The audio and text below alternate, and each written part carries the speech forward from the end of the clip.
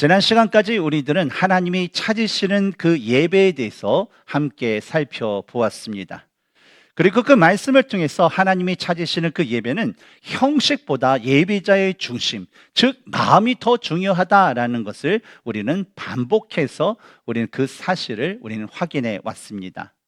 바로 하나님을 향한 예배자의 그 진실된 마음, 또 때로는 그 상한 마음, 때로는 그 통회하는 그 마음, 바로 하나님께 드리는 이런 마음을 하나님께서 기뻐하신다라는 그런 말씀이었습니다.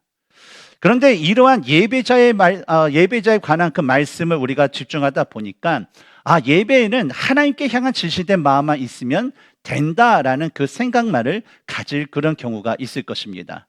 그래서 예배 시간에 감동을 받아서 또 이 눈물을 흘리고 가슴이 뜨거워지면 나는 진짜 예배를 잘 드렸다라는 그 생각을 우리들은 쉽게 가지곤 합니다. 그러나 우리가 2026년도를 시작하면서 진짜 하나님이 찾으시는 예배는 무엇인가? 하나님이 기뻐하시는 그런 예배자는 누구인가라는 그 예배의 그 본질을 찾는 우리들은요, 이러한 모습에 다음과 같은 그런 질문을 할 필요가 있어요. 뭐냐면, 그런 모습만으로 충분한가? 그것만으로 충분한가라는 그런 충분성에 대한 질문입니다. 왜냐하면 신앙생활을 하면서 우리가 마음만 하나님께 있으면 된다라고 생각하지만 사실 하나님과 전혀 상관없는 삶을 살고 있는 사람들이 적지 않기 때문에 그렇습니다. 바로 현실의 그 문제와 상황으로 인해서 진짜 하나님의 말씀에 대한 순종이 중요하다라는 것을 알면서도 제대로 순종하지 못한 채 그저 자기 행동을 정당화시키는 그 모습이 있다라는 것이죠. 그런데 오늘 본문에서 하나님은 이러한 우리에게 바로 예배는 마음으로부터 시작되지만 결코 그 마음에서 끝나지 않는다라는 것을 바로 사울이라는 그 왕을 통해서 우리에게 분명하게 말씀하고 있습니다. 오늘 이 시간에는 예배에 대해 알고 또 제물도 준비했지만 그 예배에 실패한 사울 왕을 통해서 하나님이 왜 제사보다 순종을 기뻐하시는지에 대해서 우리가 함께 나누고자 합니다. 첫 번째로 하나님이 기뻐하시는 예배는 불순종을 제사로 포장하지 않는 예배다라는 것을 알 수 있습니다. 먼저 본문의 전반부에서 사무엘 선지자가 사울 왕에게 이렇게 묻는 것을 볼 수가 있습니다. 다 같이 한번 읽어볼까요? 여호와께서 번제와 다른 제사를 그의 목소리를 청종하는 것을 좋아하심 같이 좋아하시겠나이까? 당시에 사울은 하나님의 명령을 따라서 아말렉과 싸워 이기게 되었습니다. 그러나 아말렉을 전멸하라라는 분명한 하나님의 그 말씀이 있었음에도 불구하고 사울은 아각 왕을 살려두었고 또 좋아 보이는 가축들과 값진 것들을 남겨두었습니다. 그리고 이 사무엘 선지자를 만나자 15절에서 당신의 하나님 여호와께 제사하려 하여 양들과 소들 중에서 가장 좋은 것을 남긴 것이다 라고 당당하게 이야기를 합니다. 이 구절에서 사울이 말한 하나님께 드리기 위해서 내가 좋은 것을 남겨두었다라는 그 말만 보면요, 이 사울이라는 사람은요 진짜 하나님을 예배하려는 아주 좋은 의도를 가진 참된 예배자처럼 볼 수 있습니다. 그러나 이 사울의 그 모습을 보면요 아주 치명적인 그런 문제가 있었습니다. 사울이 하나님의 명령에 불순종하는 그 죄를 지었음에도 불구하고 그는 하나님께 회개가 아닌 오히려 제사라는 그런 핑계를 가지고 자신의 그 불순종을 정당화하려고 했기 때문에 그렇습니다. 다시 말해서 사울은 하나님께 예배하는 자처럼 보였지만 하나님의 말씀은 거역하는 자였고 하나님께 드릴 제사라고 얘기했지만 그 제물들은 사실 자신의 그 유익을 위해서 남겨두었던 것이었습니다. 그럼에도 불구하고 하나님의 명령에 불순종한 그 자신의 그 죄를 바로 사울은요 예배, 제사라는 그 말로 합리화하고 있었던 것이죠. 그래서 사무엘은요 22절 전반부에서 사울에게 여호와께서 번제와 다른 제사를 그의 목소리를 청종하는 것을 좋아하신 같이 좋아하시겠나이까? 라고 단호하게 말을 했던 것입니다. 바로 사울이 가진 그 문제는 그 하나님께 드리고자 하는 예배의 그 부족이 아니라 하나님께서 명령하신 말씀의 권위를 바로 자신의 그 판단 아래 두었던 그의 태도였다라는 것이죠. 근데 이러한 모습은요, 우리의 일상에서도 쉽게 볼 수 있는 모습이기도 합니다. 분명히 지시를 받았음에도 불구하고 불순종하여 잘못을 저질렀음에도 다른 일에 대한 어떤 자신의 열심과 의도를 부각시키면서 그저 좋은 게 좋은 거 아니냐라는 그 식으로 말하는 것처럼 말이죠. 그러나 예수님께서 마태복음 5장 37절에서 오직 너희 말은 옳다, 옳다, 아니라, 아니라 하라라고 말씀하셨던 것처럼 원래 본연의 책임과 의무를 다하는 것이 중요하지 다른 것을 잘한 것이 결코 본연의 일을 망각한 잘못을 대처할 수는 없다라는 것이죠. 사울도 마찬가지였습니다. 왜냐하면 사울은 처음 하나님의 그 말씀을 들었을 때서부터 계속 그 말씀대로 행했어야 했는데 이를 듣지 않고서 제멋대로 행동했음에도 불구하고 자신의 그 모든 일이 그냥 하나님을 위한 행동이다라는 것을 내세우면서 자신의 그 잘못을 포장하였기 때문에 그래요. 그런데 이 말씀 앞에 우리도요, 한번 우리 자신을 한번 살펴볼 필요가 있을 것입니다. 왜냐하면 그리스도인으로서 우리도 하나님 앞에 진실된 모습으로 나가야 하는데 때때로는 이 자신의 마음에 불편한 하나님의 그 말씀은요, 그냥 지키지 않고 오히려 그럴듯한 말과 그럴듯한 그 행동으로 자신을 위로하고 자신의 그 말과 행동에 대한 그 정당성을 추구하려는 그 모습이 우리에게도 있기 때문에 그렇습니다. 예를 들어 마음을 모아 진실된 마음으로 하나님께 예배를 드리지 못하면서 교회에 와서 내가 예배에 참석한 것 그 자체를 바로 하나님께 온전히 드린 예배다, 하나님께 드린 예배다라고 생각하는 경우가 있다라는 거예요. 근데 우리가 기억해야 될 것은 그때마다 하나님은 우리에게 이러한 질문을 하신다라는 거예요. 너는 내 말을 잘 들었니? 너는 내 말을 잘 지키고 행하고 있니? 라고 말이죠. 사랑하는 성도 여러분, 예배는요, 불순종 이후에 붙이는 그런 장식이 아닙니다.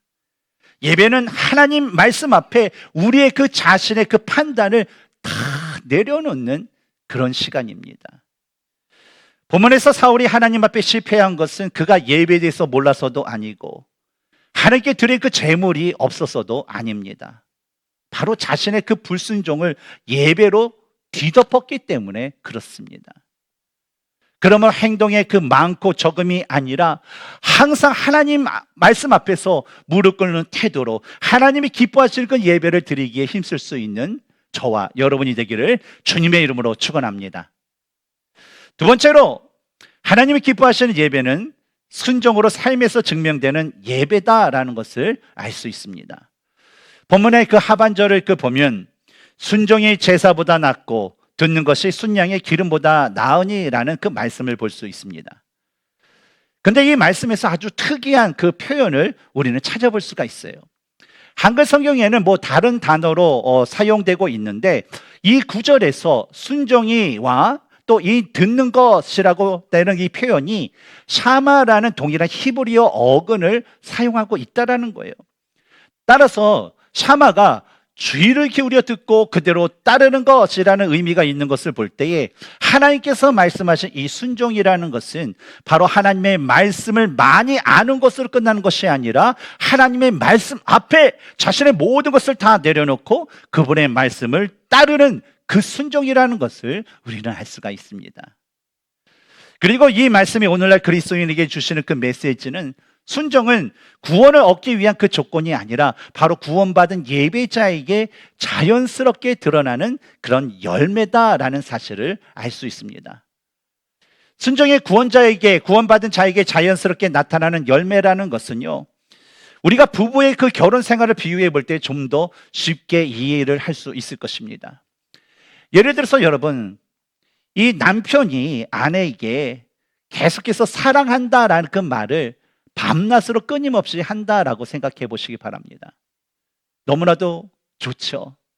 근데 그 말을 많이 하는데 그 말 외에 사랑에 대한 아무런 행동이나 배려가 없다면 과연 아내는 이런 남편에게 어떠한 느낌을 느낄 수 있을까요? 반대로 아내가 남편에게 여보 사랑해 사랑해 하는 그 말은 많은 하는데 그 사랑한다라는 그 말 외에 아무런 사랑의 그런 행동이나 배려가 없다면 과연 남편은 이런 아내에 대해서 어떤 느낌을 가질 수 있을까요? 아마 말은 사랑한다라는 그 말이 많은데 진정으로 그 사랑을 느낄 수는 없을 것입니다. 왜냐하면 누군가를 진정으로 사랑한다면 그 사랑에 대한 합당한 모습이 당연히 나와야 되기 때문입니다.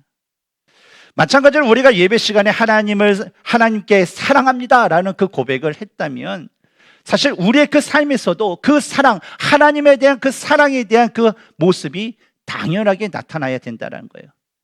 그러나 예배 시간에는 찬양을 통해서, 기도를 통해서, 말씀을 통해서 하나님 사랑해요 라고 고백을 하지만 이 예배당을 떠나서 월요일서부터 토요일까지 그 삶에서는 하나님의 그 사랑과는 전혀 다른 삶을 산다면 과연 그가 하나님께 드렸던 그 예배는 하나님께서 어떻게 여기실까라는 거예요.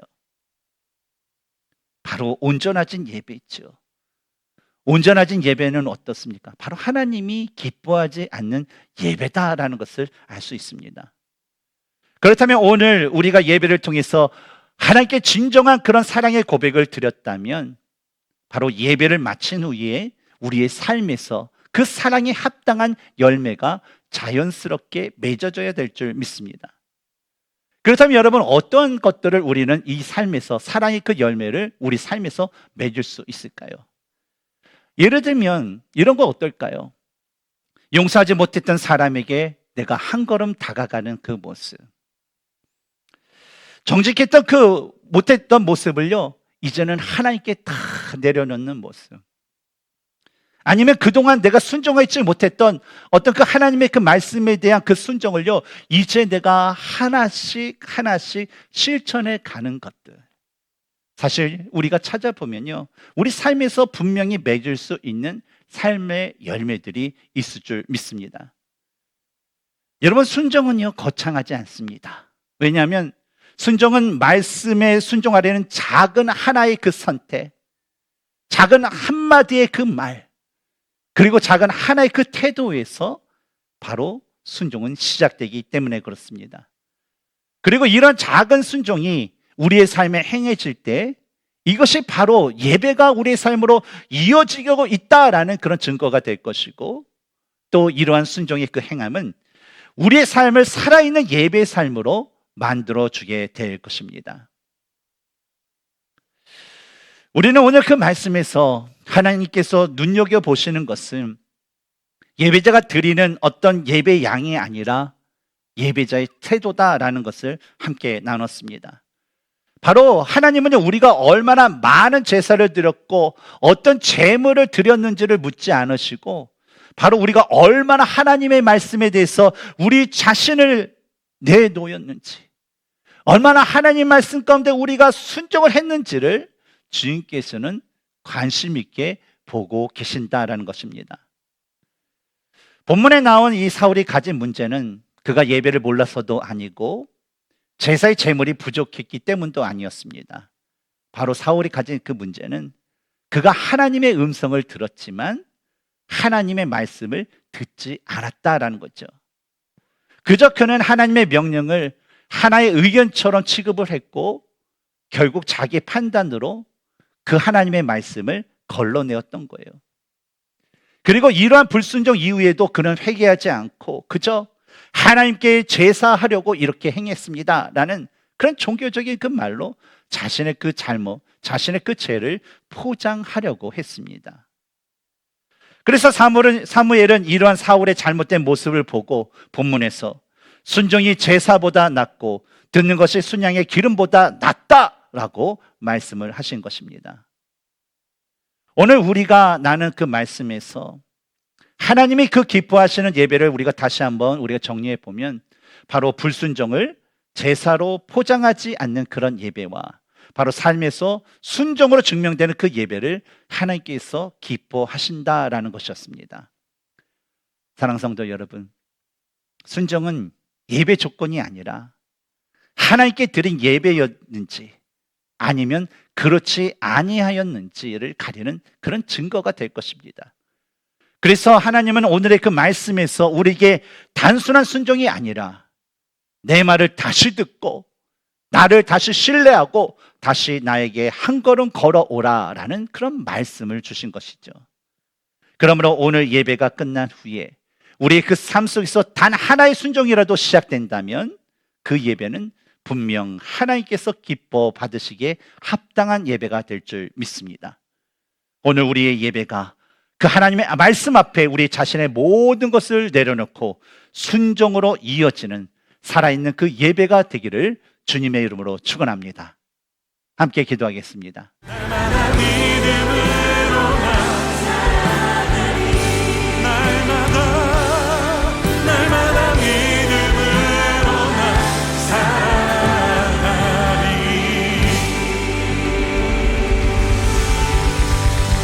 승리하세요.